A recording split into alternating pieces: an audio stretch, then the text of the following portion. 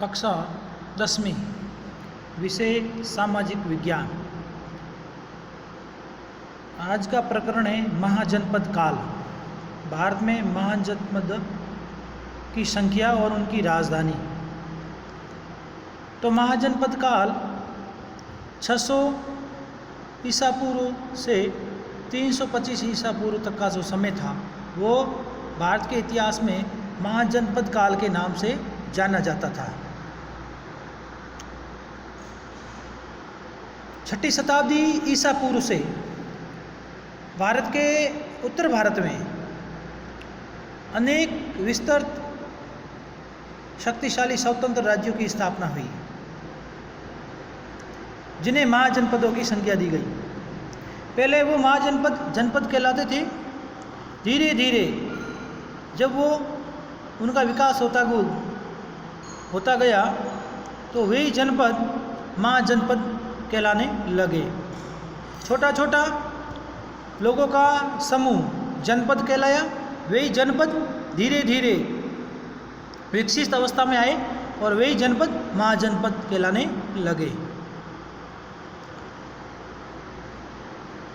बौद्ध धर्म में बहुत सारी महाजनपदों के बारे में जानकारी हमारे को मिलती है। बौद्ध ग्रंथ में अंगुत्तर निकाय नाम का जो ग्रंथ है और जैन ग्रंथ जिसका नाम है भगवती सूत्र के अनुसार भारत में कुल 16 महाजनपद थे।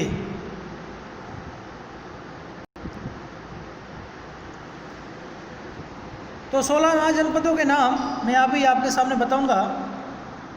वे कौन कौन से महाजनपद थे, कौन कौन से इलाकों में थे और उनकी क्या क्या राजधानियां थी। तो सबसे पहले था काशी महाजनपद।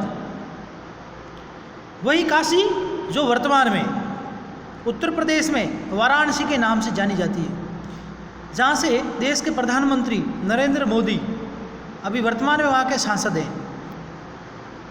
तो अभी वर्तमान नाम वाराणसी, प्राचीन नाम उनका काशी था। तो काशी के आसपास का क्षेत्र जो था ये पूरा काशी महाजनपद कहलाता था।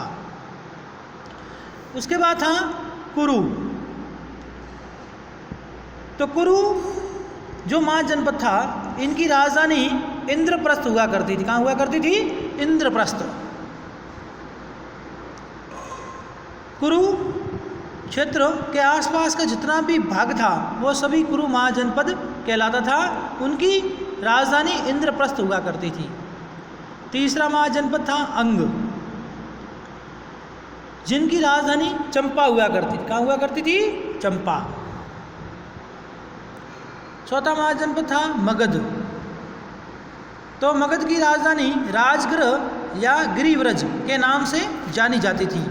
मगध की राजधानी राजगृह या गिरिव्रज के नाम से जानी जाती थी। पांचवा महाजनपद था वज्जी। तो वज्जी की राजधानी विदेह और मिथिला, विदेह और मिथिला ये उनकी राजधानी हुआ करती थी वज्जी की। फिर छठा महाजनपद था मल। तो उसकी राजधानी कुशावती, जिसका दूसरा नाम कुशीनारा। कुशावती का दूसरा नाम था कुशीनारा। तो मल महाजनपद की राजधानी कुशावती या कुशीनारा थी। फिर था चेदी। तो चेदी महाजनपद की राजधानी शक्तिमती। शक्तिमती का दूसरा नाम चौथीवती भी था। क्या था? चौथीवती, ये भी था इनका नाम, चौथीवती। फिर आठवां महाजनपद था वत्स। क्या था? वत्स ही वत्स। तो वत्स की राजधानी कौशाम्बी। कहाँ थी? कौशाम्बी। वत्स की राजधानी कहाँ थी? कौशाम्बी। नौवां महाजनपद था कौशल। क्या था? कौशल। यह वही कौशल है जहाँ पर भगवान श्री राम का जन्म हुआ था, जिसका वर्तमान नाम अयोध्या है। तो अयोध्या उस समय बुद्ध काल के समय दो भागों में विभाजित था। तो अयोध्या की दो राजधानी हुआ करती थी, एक उत्तर अयोध्या और दूसरा दक्षिण अयोध्या। तो उत्तर अयोध्या की राजधानी साकेत हुआ करती थी। कहाँ हुआ करती थी? साकेत। उत्तर अयोध्या की राजधानी कहाँ थी? साकेत। और दक्षिणी अयोध्या की राजधानी थी श्रीवस्ती। कहाँ थी? श्रीवस्ती। फिर 10वां महाजनपद था पांचाल। क्या नाम था? पांचाल। तो पांचाल भी 2 भागों में विभाजित था, उत्तरी पांचाल और दक्षिणी पांचाल।